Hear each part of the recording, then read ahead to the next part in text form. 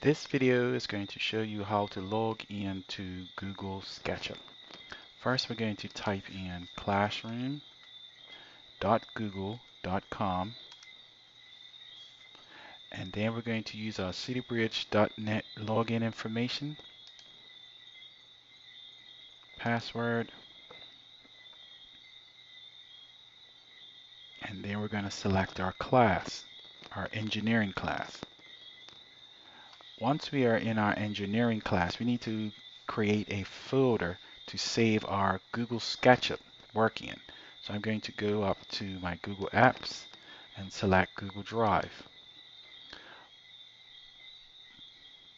Once I'm in my Google Drive, I'm going to create a folder. And you can see already I have a classroom folder here. So I'm going to right click on my mouse and new folder.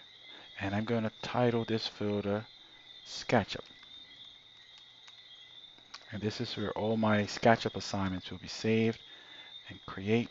And then I have a SketchUp folder.